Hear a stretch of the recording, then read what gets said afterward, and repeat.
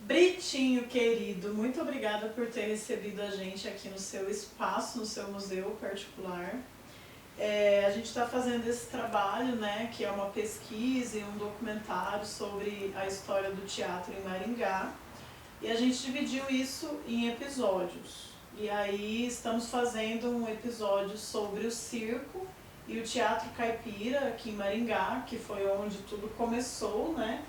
Exato. E aí as pessoas com quem a gente já conversou, que a gente já entrevistou, algumas pessoas falaram de você, né? E eu sei que você participou de muitas coisas, né, na história de Maringá, então eu queria que você me contasse um pouquinho dessa história, do que você lembra da sua participação, né, assim, nesse movimento cultural que acontecia no circo, né, e falar um pouquinho também do teatro caipira. O que você pode me contar sobre isso? Bom, eu agradeço a tua vinda até aqui para pegar um certo depoimento sobre os teatros de circo. E não só de circos, porque os teatros eles iam onde o público estava, né? Fosse pavilhão de circo, fosse circo, picadeiro de circo, quermesses, festa de igreja, salão paroquial, cinema, enfim, onde tinha um palco, o teatro estava lá. E existiam os autores de dramas, né, de melodramas, que contavam, que elaboravam, que contavam histórias, né, e formavam um cast artístico com vários personagens para fazer parte desse teatro. Eu não participei de muitos, mas eu me lembro que eu participei de um drama que se chamava Jesus na Casa do Pobre, que era numa data específica, não me lembro se era Sexta-feira Santa. Eu me lembro que nós fizemos num circo, isso foi em 1958, na cidade vizinha aqui de Paissandu, tudo estrada de terra, e eu me lembro que nós fomos até na carroceria de um caminhão. Imagina como é que chegamos lá, não precisava pintar o rosto, né? Então foi interessante que a gente fez uma participação nesse teatro que foi elaborado pelo famoso João Pereira, né, que é meu compadre. A gente tem muita história juntos, gravamos muito juntos, fomos diretores da gravadora juntos, depois da Itaipu, e a gente estava sempre participando. Como eu tinha uma Kombi, eu levava a equipe, né, levava a equipe para isso já depois do caminhão, para trabalhar nesses teatros. Antes do melodrama, do teatro, a gente ia para tocar. Ia duplas, eu ia com violão, fazia solos de violão, acompanhava algum artista que ia, porque até então a gente era exclusivo, músico exclusivo da Rádio Cultura. E tinha como obrigação acompanhar os que cantavam no palco da Rádio Cultura. E essa mesma equipe ia para esses shows que tinham os dramas depois ou às vezes antes do show. Então eu me lembro desse Jesus na Casa do Pobre, e me lembro do Lampião, o Rei do Cangaço, que também foi escrito pelo João Pereira. Ele fez o outro que é Lampião e Dioguinho, o Encontro Lampião e Dioguinho, que era o Dioguinho era o outro valentão, né? Se encontraram para disputar. E outra vez eu participei em Mamborê. Era uma festa da igreja e teve um teatro. Nós fomos convidados, né, fomos contratados para fazer. Como sempre, eu fui para levar o pessoal e fazia uma participação com o meu violão, né, acompanhando algum artista. E eles aproveitavam a minha presença para fazer uma parte do teatro, correto? Um coadjuvante, né? E, enfim, fiz alguns em circo também, porque eu toquei muito em circo, sabe? Eu tinha um pandeirista muito bom, ele era um malabarista do pandeiro. E quantas vezes eu fiz show em circos pequenos, só guitarra e pandeiro, tá?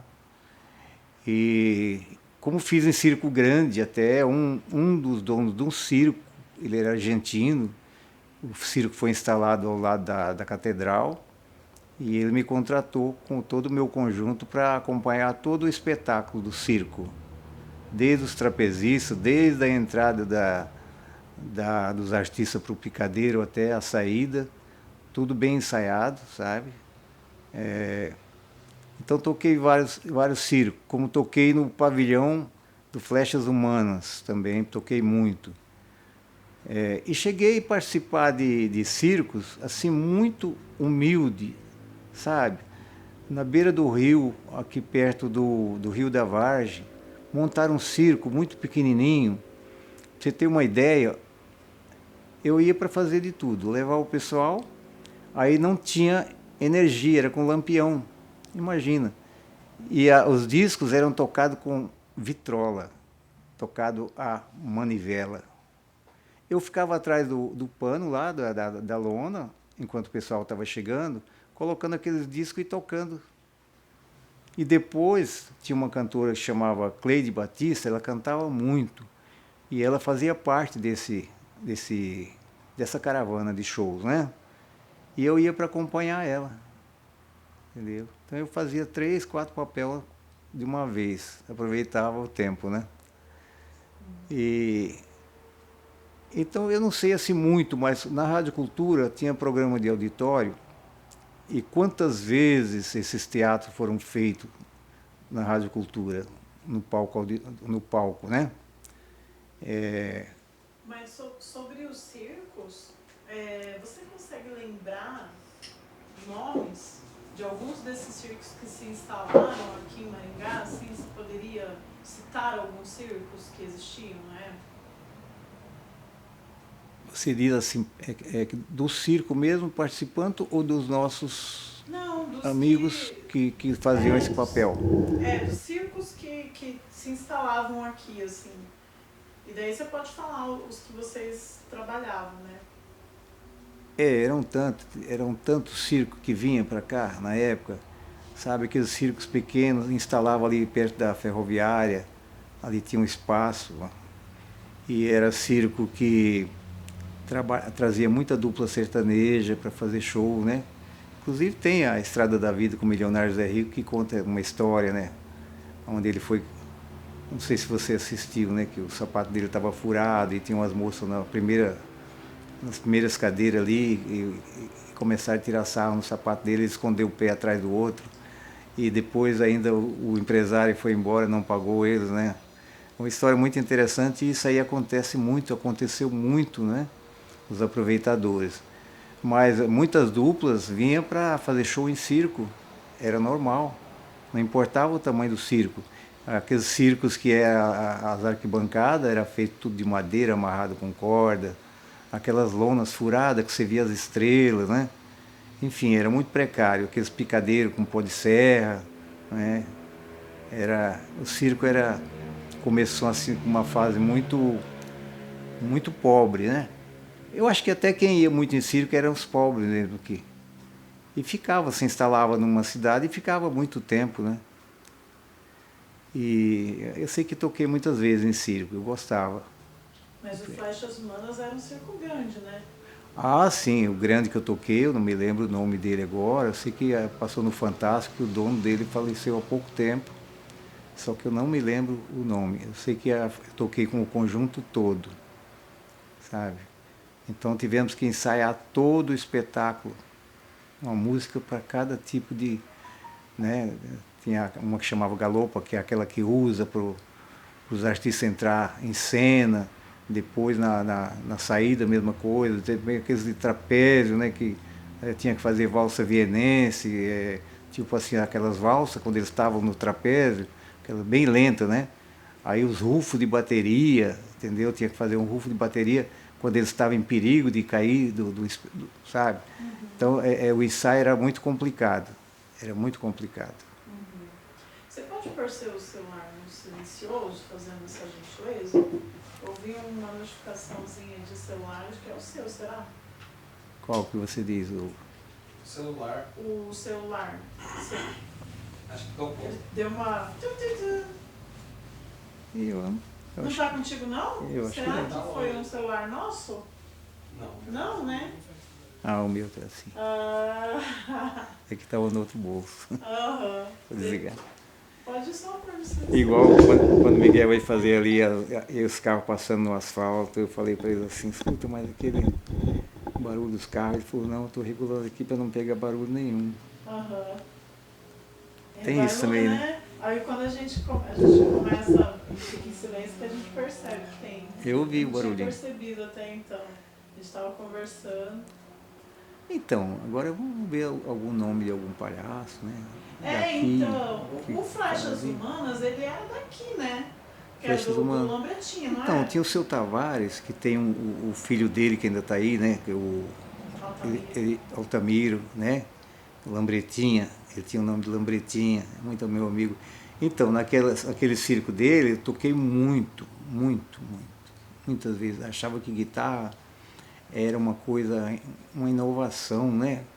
Para diferenciar, para se tornar era um pavilhão que eles tinham, né? De circo. Falavam um pavilhão. Era fechado. Era o pavilhão James antes ou não? Era um pavilhão cercado de lata, né? O quê? Assim com a lata, as paredes, igual assim quando vai construir. Né? Aham. Aí tinha o palco, eles tinham palco, com camarim, gente se trocar. Aí lá tocava bastante com eles, muita amizade com.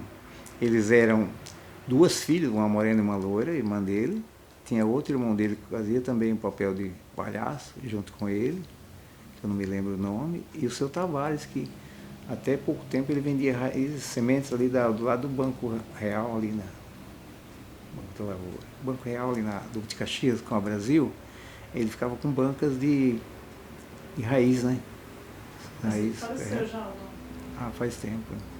Diz que o Lambretinho faleceu também. O Altamiro? Não acredito. Parece que lá no patrimônio histórico eu fui atrás de contato dele lá, não constava. Então, porque por duas vezes, porque eu via sempre ele indo no country, que o meu escritório era na Humaitá, né? E eu via sempre ele descendo, ele sempre passava, me cumprimentava. E duas vezes ele me convidou para ir tocar no almoço do Lar do Velhinho, eu e o Tercílio. Sabe? Nós fomos duas vezes, a convite dele. E eu não sabia. Eu ouvi dizer, mas não sei, pode ser que... Tinha o irmão dele que era mais novo, tinha uma loura bonita e uma morena, que eram irmãos. E o pai, né? A mãe eu não lembro. Mas o pai, parece que estou vendo ele assim, sabe? O pai dele era palhaço também? Não, ele apresentava o espetáculo. Ele apresentava o espetáculo. Mas não me lembro dele trabalhar na peça, como artista. E o palhaço Serrote? O Serrote e a Pinhavel, eles trabalhavam muito, eram muito bons. Tanto que depois o filho, né, Tip Top, faleceu num acidente. E eles trabalharam em qual circo? E além desses aí, tinha muitos que eram apresentadores sertanejos, que também, né, como o Santana. O Santana, ele tinha uma dupla, meio humorista, né, uma dupla, e se pintavam de palhaço também para, né, entrar caracterizado, né. Mas o Serrote, você sabe em que circo ele trabalhava? Teatro em rádio, Rádio Cultura eles faziam direto, tinha programa exclusivo.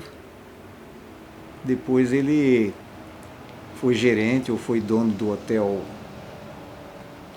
ali na Gilberto Carvalho, Hotel São Carlos.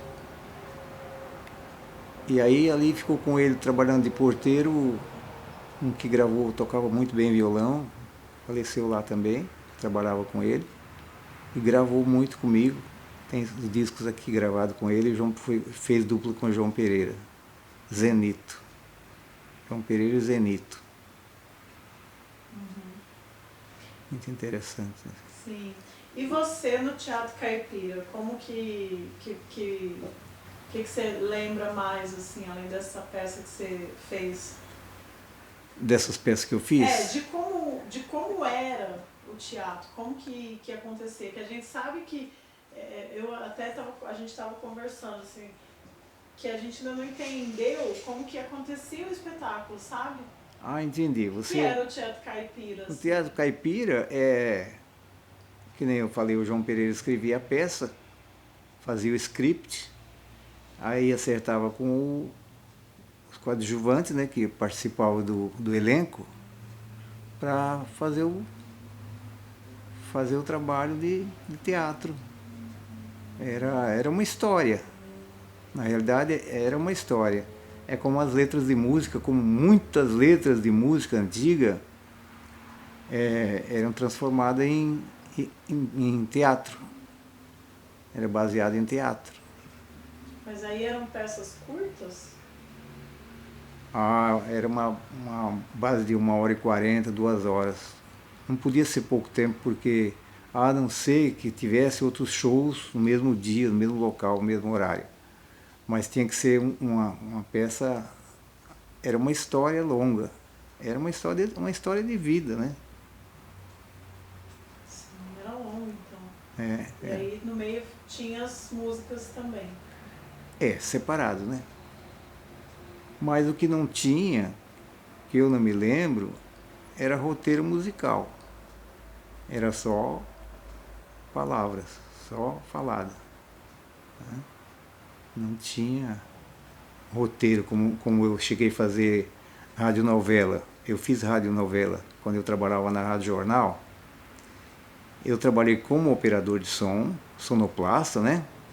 Ficava um atrás de mim lendo o script e eu ficava na técnica.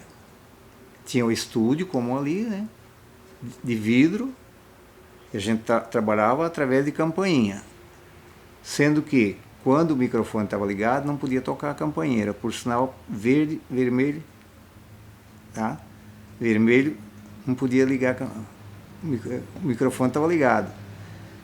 E como o estúdio para novela era em cima, a gente não via ninguém, era mais complicado, porque era escrito, como assim, o roteiro musical é como uma novela, como um filme, que coloca as músicas certas. Né? E daí vinham os efeitos musical nas novelas, que era gravado em acetato. Sabe o que é acetato? Era gravado num gravador e gravava no acetato, tinha os microsulcos, que são as faixas onde a agulha corre, entendeu? Dali passa o som para o disco. E aí, essas novelas eu participei de duas que eu me lembro. Eu participei de uma que era de navio, onde tinha os prisioneiros com os marujos do navio, e eles batiam nos prisioneiros, um exemplo. E o pessoal ouvia no rádio, não sabia o que estava acontecendo, não via. Depois da novela, eu saía na rua e me perguntava, porque a gente batia nos marujos, mas só que não batia nele, batia na parede do estúdio. Escutava a batida de uma cinta, por exemplo, batendo na parede, entendeu? Aí eles perguntavam, puxa, mas vocês batem de verdade no pessoal? Eu falei, não podia contar muito, né? A gente bate na parede. E eu era operador de som, era discotecário, e eu escolhia o roteiro musical, entendeu? É complicado. A arte em todo sentido é muito complicado. Seja gravação, que a gente passou muitas coisas gravando disco, né? Como em radionovela. E radionovela é totalmente diferente de telenovela. Porque você não vê, não tem áudio, não tem, né? Então o pessoal fica só curioso, fica ligado. E o que era a novela? Isso que eu quero chegar. Você comprava uma revista e transcrevia ela, fazia uma novela. Então pegava vai fazer uma novela de romance. Pegava uma novela lá que era de romance, uma revista, e montava o cast e fazia a novela. Pegava a mesma história, transcrevia. E para a gente ter mais detalhes disso, você lembra os nomes dessas radionovelas que você participou, o período, o ano, a época, quem mais fazia junto com você? Como que você tem de detalhes para a gente registrar? Eu comecei a trabalhar em rádio em 1959, na Rádio Jornal, que fazia parte da Rede Paranaense de Rádio. Depois é que eu fui para a Cultura. Eu tocava na Cultura e trabalhava como operador de som da Jornal. Agora, eu lembrar de todo o cast que trabalhava, não.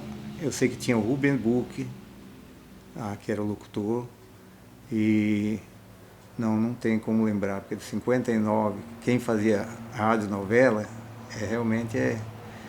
Tá? Agora, operador de som, eu até tenho foto aí, era o Antônio Carlos Paura, que ele veio de Marília, era um excelente técnico de som, eu também fazia,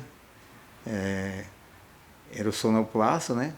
E o técnico de som, né? Trabalhava em dois ao mesmo tempo. Um lendo o script, senão a gente não acertava as faixas do disco na hora de soltar. Por exemplo, nós tivemos uma novela de terror. Toda sexta-feira uma novela de terror. Então, os ruídos que eu estava tentando falar para você é o seguinte. O que era, por exemplo, e abrem-se a abertura? Por exemplo, e abrem-se as portas de um velho cemitério. O que eu consegui para fazer o ruído? Sabe aqueles furador de papel? Enferrujado. Aí você apertava e... Estava abrindo as portas de um velho cemitério, que era era uma novela de terror. Aí vem apito de trem, choro de criança, enfim, sirene. Isso aí era tudo gravado em acetato, esse ruído. Entendi, que legal, né? É, uma história assim. Eu fiz, por exemplo, uma entrevista há uns 5 anos atrás, a convite do SBT, no Dia Mundial da Radiodifusão, para falar sobre o rádio. Tá? Exatamente era para falar disso aí, de radionovela, de transmissão externa, enfim, de rádio. O que era o rádio? Né? E uma das entrevistas que eu perdi, não sei onde está, mas que eu arrependo, porque foram muitas perguntas que a repórter fez a respeito do rádio, e o rádio é uma história muito grande, né?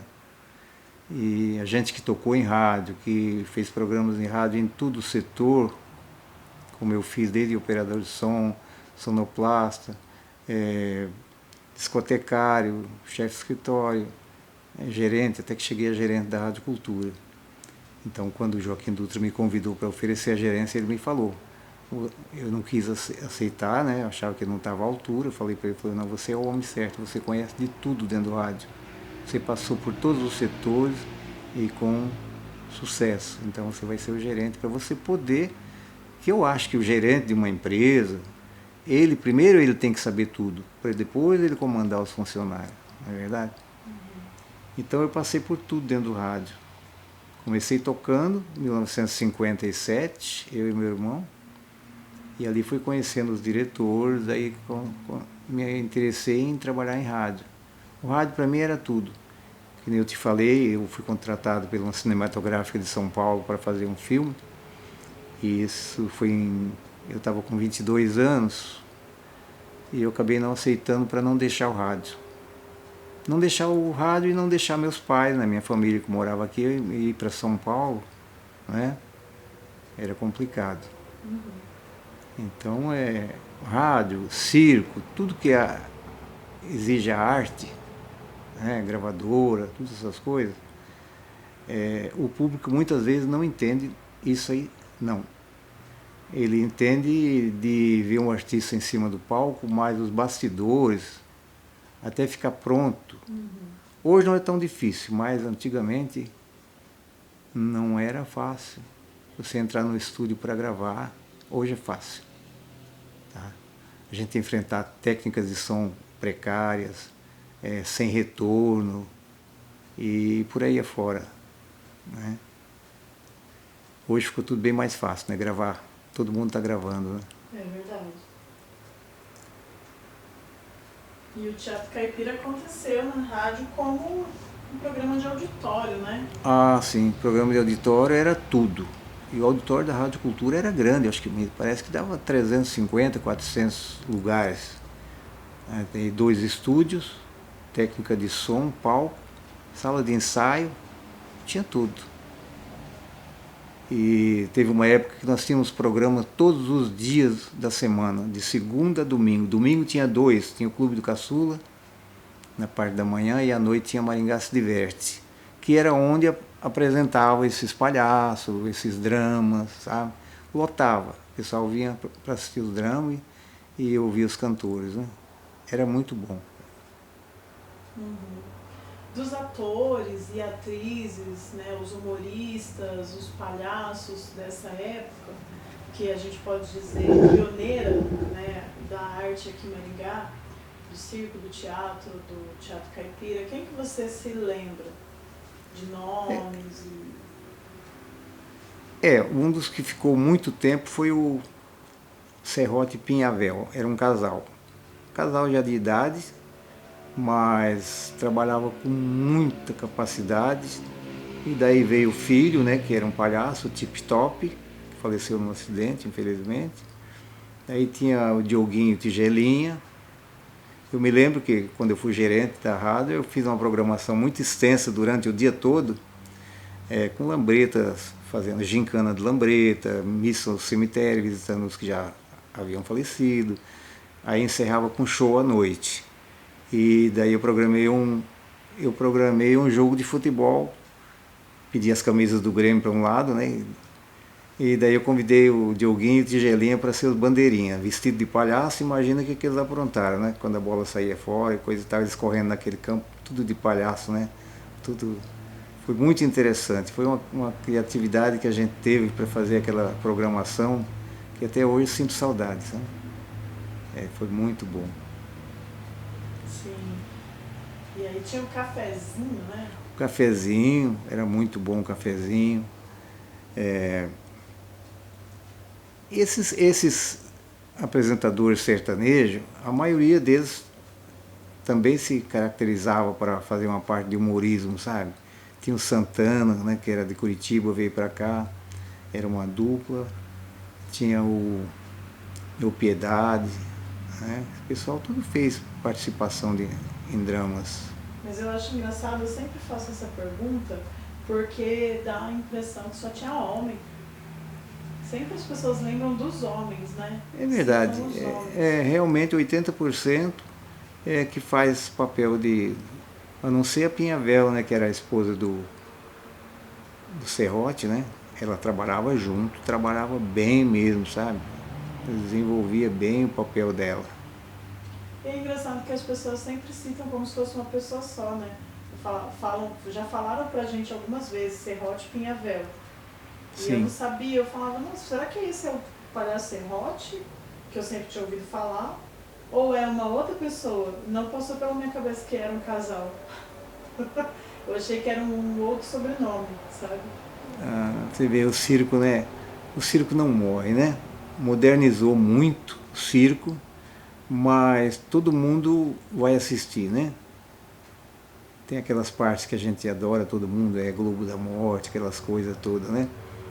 Os palhaços, hoje está mais difícil do humorista, como aquele ali, né? Lá de Fortaleza, que é um baita do humorista, né? Teve muitos humoristas bons que gravaram, que arrancava risos, né? E hoje, para arrancar sorriso da plateia, é difícil, hein? Se o palhaço não for muito bom, não funciona. Uhum.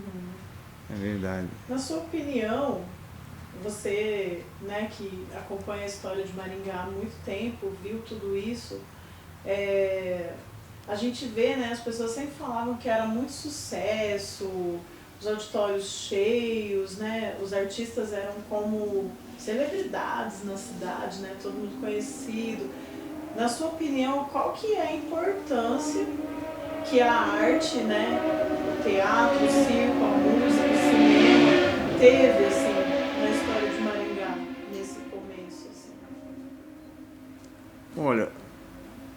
artista mesmo não destacou muitos, por ser a cidade canção, assim, de nível nacional, né? Bem poucos.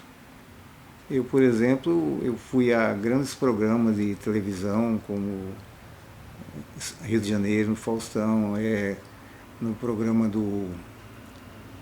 Toquei muito quando tinha aquela televisão em Londrina, né? Mas ia para fazer uma participação muito mínima, então não vejo assim que Maringá, a não ser cover, né? Por exemplo, o Edson Cover está em São Paulo há muito tempo, ele morava em Maringá, vendia janelas, né? Até ele veio fazer um show agora, mês passado aqui. Mas é cover, né? É um cover, lógico, né? Mas ele se destaca bem como um dos melhores. Agora, a gravação, muitos cantores gravaram, principalmente o sertanejo, né? Saíram muitos artistas que gravaram, como Zorinho, Zezinho Zorinho.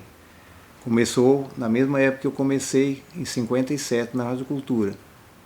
Até hoje, o Zorinho, ele é considerado o maestro Tapuã, maestro de música.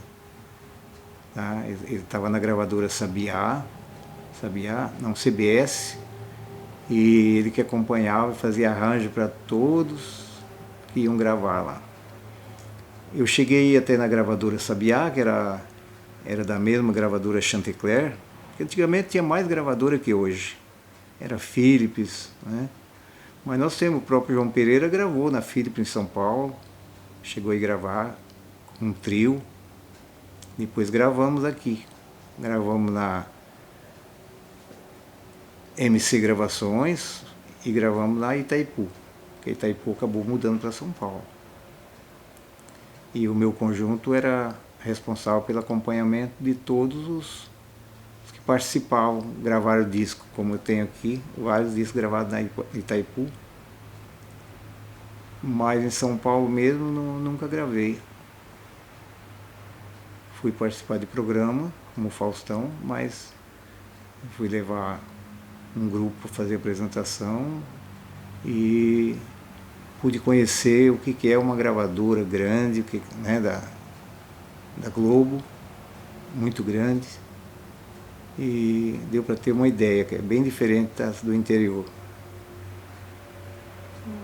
Você entra lá dentro, você treme. Realmente uma diferença grande das gravadoras que a gente conheceu aqui. Mas está fácil gravar. Não vou dizer que esteja difícil. Tá difícil vencer como artista. Não está fácil. Precisa de dinheiro. A propina está em primeiro lugar. Sempre teve propina para tocar em rádio. Sempre teve. Quando eu era operador de som, discotecário, que eu recebia as remessas de disco vindo de São Paulo, chegava uma caixa de discos e vinha uma lista de todas as músicas e já vinha sublinhado qual a música que era para fazer sucesso do disco. Chamava-se Carro-Chefe. Mas tinha muito disc jockey, que são os locutores que têm programas, que divulgam, porque tudo tem chucho. Por exemplo, eu tinha um programa na Rádio Jornal, isso em 1959, que chamava As Melhores da Semana. Era classificações, mas essas classificações eram tudo fria. Então, de 1 a 10, começava o nome da música e tal, com tantos votos, com tantos pedidos. Aí quando chegava nessa, que era o Carro-Chefe, estourava com tantos pedidos, no primeiro lugar, tudo mentira. Aí tinha os disc jockey que, se pagasse, tocava. Se não pagasse, engavetava. Uma vez eu recebia, nessa mesma época, na Rádio Jornal, quando eu vi, entrou aquela loira bonita na técnica de som, com disco na mão, era a Hebe Camargo. Ela devia ter uns 28 anos, por aí, imagina, né? Quanto tempo. A Hebe entrou, eu estava na técnica de som, ela entrou com o disco, falou assim, se apresentou, sou Hebe Camargo e tal. Eu gravei essa música, a música chamava Quem É, do compositor Osmar Navarro, da gravadora Mocambo. Lembro tudo até hoje, de 59, imagina. Aí ela pediu para mim tocar o disco dela, o locutor anunciou, toquei os dois lados, era disco 78 rotação, 78 rotação, né? Toquei um lado, depois o locutor anunciou, toquei outro lado. Daí ela deixou o disco dela comigo, falou assim, olha, eu espero que quando eu viro as costas, você não deixe de tocar, tá? Continua tocando meu disco. Tá? Imagina. Mas tinha falta de disco. Eu me lembro que eu fazia programação de mais ou menos 10 horas de programação, eu tinha 60 LP quando saíram os LP. Então faltava música. Você repetia a música durante a programação do dia. Porque não tinha. Não tinha. E que você lembra de essas músicas que viraram teatro? Você lembra? Não lembro. Mas eram músicas que viravam teatro. Era história. E quantas músicas existem que são história real? Quando tinha os bons compositores, né? Bem lembrado. Que hoje não tem nada a ver com a história da vida. Né? Mas quantas músicas que foram feitas teatro e até filme, baseado em história real. Sim. Quando você fez teatro, você participou como músico ou como ator? Não foi como músico, não. Foi mesmo coadjuvante mesmo. Personagem que fazia um papel. Tinha falas? Até falava. Ensaiava antes, né? Falava o que eu tinha que falar, pouca coisa. Mas tinha aqueles que eram os principais, como nas novelas reais, né? Não tem o ator principal, tem os que vão lá que nem falam nada. Mas eram peças muito bem elaboradas. O João Pereira, realmente, eu admiro que ele tem uma cabeça para quem veio do sítio, né? Que ele morava lá em Perobal, né? Colhendo café, e veio para Maringá em 58. Começou a tocar em rádio, ele e o irmão dele. Né? Todo mundo tímido. Quando a gente via um microfone na mão, calava tudo. Calava. Eu me lembro quando eu comecei a tocar em rádio, era de estúdio, né? Eu e meu irmão. Era só cumprimentar os ouvintes, bom dia e coisa e tal. A gente recebia muita carta pedindo música. As cartas vinham pedindo música e vinha recheada de talco para perfumar a carta, imagina. E tinha carta que vinha até com os troquinhos dentro. Dinheiro para a gente tocar, imagina, cada uma que era. Né? Sim. Mas como muda, né? Muda. Eu acho que não existe o que muda mais do que a música, os gêneros. Né? Estava vendo o Faustão esses dias no programa dele, um teatro de ópera. Quando eu comecei a tocar em rádio, em Apucarana, na Rádio Difusora, eu era operador de som, eu tinha 15 anos, era discos de grande, né? De 78 rotações, mas era o tamanho de um LP, pesado, caía e quebrava. E já era ópera.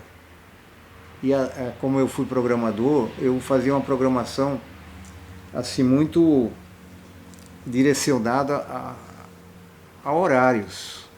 Tipo assim, abria a rádio 6 horas com programa japonês.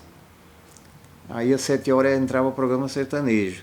Só que nesse programa sertanejo tinha as músicas regionais de outros países vizinhos, Paraguai, Argentina, México, sabe? As músicas regionais do país. Entrava na programação de música sertaneja do Brasil. Aí depois, quando era 8 horas, entrava já mais animado, programa de samba e tal e tal. Na hora do almoço, eu criei um programa que chamava Músicas Selecionadas para o Seu Almoço. era só orquestra, só instrumental. Não é igual hoje, você chega numa lanchonete aí, o som nas alturas, coloca um artista só para cantar o tempo todo, e você não consegue nem conversar, né? Aquela qualidade de som não existe mais. Então eu criei esse programa Música Selecionada para o Seu Almoço, para que você tenha aquele momento de, né, de paz, né? Tá se alimentando, às vezes com visita e tal. E aí entrava, daí tinha muito aquela coisa de música e poesia, né? Que é isso aqui, que nós gravamos com o Nhojuca. Isso aqui são poesias, no qual eu fiz o fundo musical de violão, 2 violões. Então era à noite, o programa de música e poesia era à noite. Então tudo tinha horário certo. Sim. Diferente de hoje, qualquer horário é horário de tocar um estilo só. Sim. O João Pereira gravou disco? Vocês gravaram disco juntos? Gravamos, nós gravamos. Gravamos vários. Nós temos... Esses aí são todos maranhenses? Esses discos aí? Aqui nós temos gravação feita em 3 estúdios. Esse aqui eu gravei. Esse aqui nós gravamos no estúdio MC Gravações, é uma dupla. É Maringá? E aqui o prefácio que conta a história é o Nhoquinca. Aí esse aqui é do Lar Betânia. Esse aqui Família Betânia, do Lar Betânia. Do Lar Betânia também, que gravamos. Tá. Esse aqui tudo da Itaipu. Essa dupla também. Esse aqui é o João Pereira, quer ver? Esse aqui nós gravamos na Itaipu. Gravador Itaipu. Zé Moreno e João Pereira. Dá pra ver aí? Que legal. Isso aqui são todos os discos que nós gravamos. Nós temos um disco aqui que eu gravei no estúdio do IBM, cujo técnico de som era um americano, a dona Senita. Aqui, ó. Até eu estou aqui nessa foto. Tem muitos discos gravados, né? CD. A Senita é de Maringá? De Maringá, já faleceu.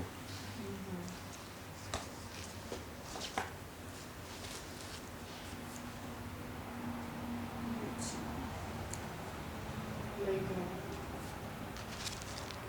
Foi por isso que você acabou não entrando mais a fundo no teatro, né, Vitinho? Você gosta muito de música, né?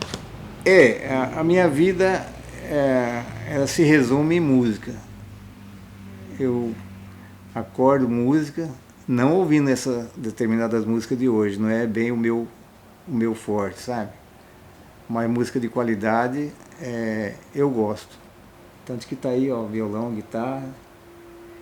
E o teatro, que nem eu falei para você, era um convite que vinha de última hora para mim participar. Mas eu estava mais ligado à parte musical. E você na época gostava de assistir ou também não chegava a assistir? Porque sempre tinha outros músicos participando e tal. Não, eu assistia, achava muito interessante, porque eu toda a vida dei valor a autor. Tanto que autor, ator, né? Mas principalmente autor de música ou de teatro, alguém que cria alguma coisa. Porque, veja bem, tanto que em rádio, em 1968, saiu uma lei para as rádios, emissoras de rádio, que era obrigatório, todo locutor, ele tinha que falar o nome da música, o nome do autor, o ritmo da música e o intérprete. Eram 4 que tinha que falar obrigatório na hora que ia tocar a música, ou antes ou depois. Então o locutor, vamos ouvir agora com fulano de tal e tal e tal, tal, música de fulano de tal, tal. Então eles valorizavam o autor, certo? Então eu acho que o autor e ator tem que ter muito crânio, muita cabeça. Não é como as músicas que se faz hoje, voltando a falar. Mas quando tem músicas que é complicada para fazer. É aquelas músicas que eu falo para você, que conta a história, né? É baseado em uma história. Tem aqueles que fazem 2, 3 parceiros, uma música só.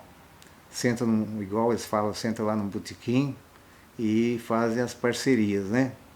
Cada um conta uma parte e faz uma música.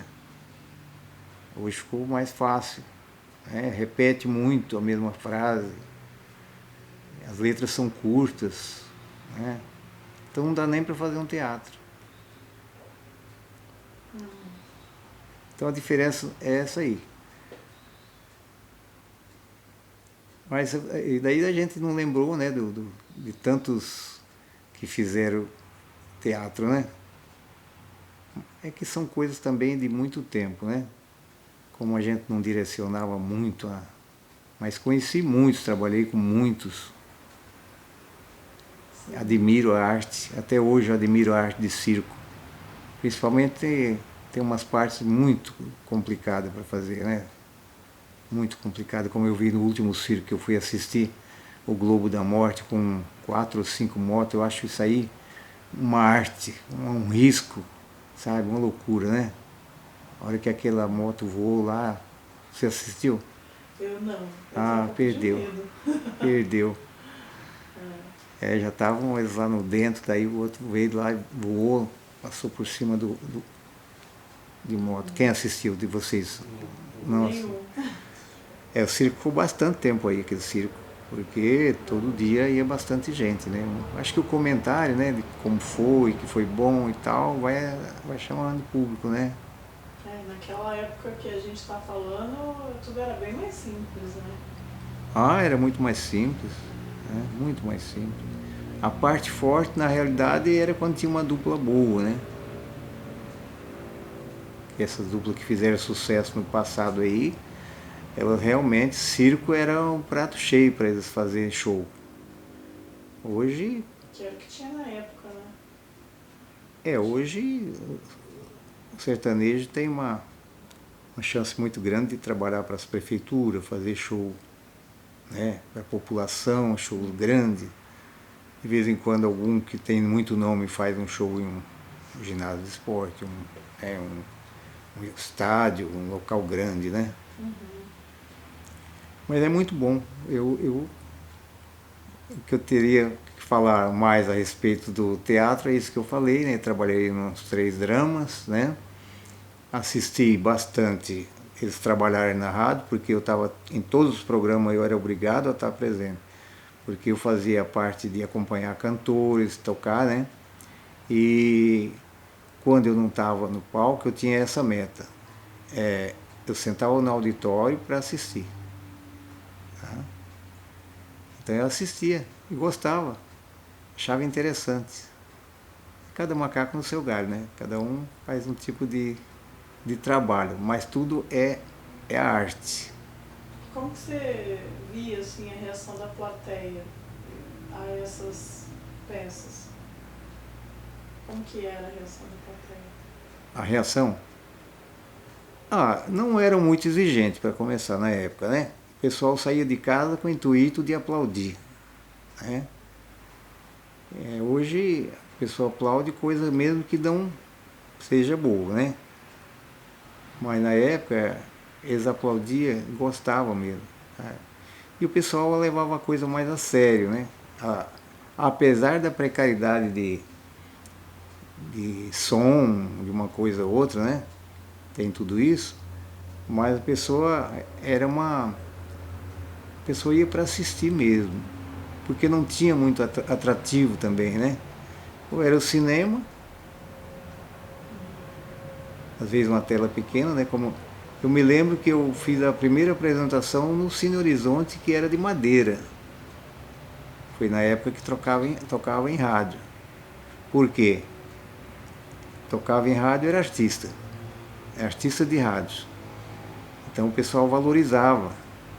Aí você saía lá do rádio e fazia um show lá no cinema.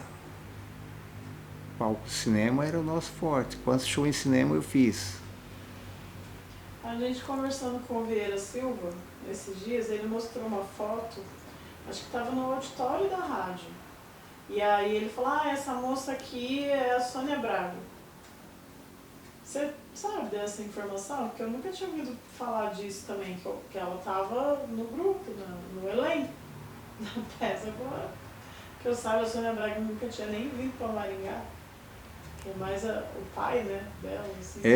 Aquela, eu tenho uma foto aí no Fusca do pai dela, né, que foi o primeiro Fusca de Maringá, do Dr. Gerardo Braga. Eu me lembro uma vez que a esposa dele, eu estava descendo a Avenida Tiradentes ali, e a esposa deles tinha um carmanguia, sabe? Eu tinha uma Kombi.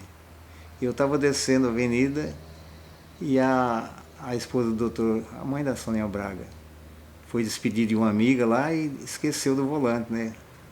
Dirigindo, eu assisti tudo. Tanto que eu desviei, subi na calçada, mas mesmo assim ela bateu na minha Kombi, com um carmanguia vermelho. E aquele tempo, eles moravam ali no Maria Tereza. E eu fui lá para acertar com o Dr. Gerardo Braga. E ele falou, minha mulher aprontou de novo, bateu de novo. Acho que ela já batia outras vezes, né? Você vê. E ele estava numa situação não muito boa. Eu me lembro que ele estava em São João do Caiuá, parece que estava no hospital lá, depois veio para cá. Agora a Sônia Braga, não me lembro que ela vinha aí nem visitar ele, não me lembro, porque eu fui na casa dele várias vezes. Aliás, em 1955 ocorreu um acidente com meu pai,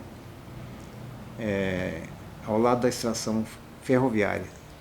Porque, que nem eu te falei, né, ele trabalhava com carroça e tal, e à tarde ele cortava pasto para levar para o cavalo comer à noite, né? E o trem apitou, sabe? Ele estava próximo da linha e o burro assustou com o apito do trem e foi correndo com a carroça por cima do trilho. Aí o meu pai correu, entrou na carroça para tirar a carroça do trilho, mas não deu tempo. O cavalo saiu, o burro, né? E o limpa-trilho do trem pegou bem no pé dele e jogou ele numa pedra com a cabeça, não sei como que ele salvou. 55. E ele foi lá para o hospital, para Santa Casa. Aí ninguém atendia, porque ninguém conhecia ninguém, eu era criança, né? E aí o doutor Gerardo Braga que foi atender ele. Queria amputar a perna dele, o pé. Aí eu me lembro que o meu irmão mais velho, chamaram ele estava no estado de São Paulo, veio rápido, e aí não permitiu, falou, não, tem que recuperar o pé dele, restaurar. E ele fez, foi o doutor Gerardo Braga. E a Santa Casa era tão precária, né, um casarão de madeira, eu acho que ela é de 54, sei lá, e um ano depois, aquilo era... Sim. Foi terrível. Mas eu acho que é isso, Britinho. Tem mais alguma coisa que você queira me falar desse tema circo, teatro caipira? O teatro, que nem eu já falei para você, o que eu lembro, assim, né? Conheci muitos palhaços de circo, sabe? E tinha tantos nacionais, né, também, né? A Relia, Pimentinha, aquele monte, né? Agora aqui em Maringá veio o Sarrafo, foi famoso o Sarrafo. Mesmo esses amigos nossos, né, o Tigelinha, trabalhavam bem, muito bem. Fazia o pessoal sorrir mesmo, né? E esse pavilhão do Flechas Humanas ficou praticamente radicado aqui por muitos anos, né? O Lambretinha, o irmão dele que também fazia uma parte, não tanto quanto ele, como palhaço, mas era uma família de circenses, né, que fala. O seu Tavares, né? Duas filhas, dois filhos, carregaram o teatro aqui em Maringá. E o João Pereira, grande compositor, fez várias peças, nem sei quantas, peças de teatro. Mas o teatro não foi tão grande. O que levava o teatro em Maringá era realmente a Rádio Cultura, por causa do auditório. Daqui a caravana saía para fazer os shows na região, né? Qualquer lugarzinho instalava um circo, já vinha na rádio. Por exemplo, eu quando trabalhava em rádio, tocava em rádio, que o meu nome estava no ar, vinha da região muita gente me contratar, até para fazer carnaval. Vinha contratar o conjunto, vinha me contratar para fazer exclusivo, um show só de guitarra. Então a rádio era uma coisa que tinha um nome muito grande, né? Tinha uma utilidade bárbara. Legal. Mas que bom que vocês estiveram aqui, conhecer o meu museu, Sim. um pouquinho da história, porque igual eu falei para o Miguel, a história aqui não tem limite. Se for ver fotos, jornais, discos e por aí fora, livros, né? Tem bastante história. Mas é que cada um seria um tema, né? Exatamente. Tem muitos temas para a gente investigar ainda, né? Tem bastante. Miguel tem que fazer muitos documentários também. A gente também gosta dessa parte documental aí, mas... Eu acho bom, eu acho bonito. Por exemplo, eu falei para você, nós tivemos aqui esse documentário. Esse documentário foi feito aqui na nossa chácara, né? E vieram muitos músicos, né? Contar a história das bandas, né? Como era difícil, sabe? Sim. Era difícil, essas estradas eram terríveis. O público também era meio estranho, conforme o lugar, parecia índio, né? Algum lugar que a gente ia, então era complicado.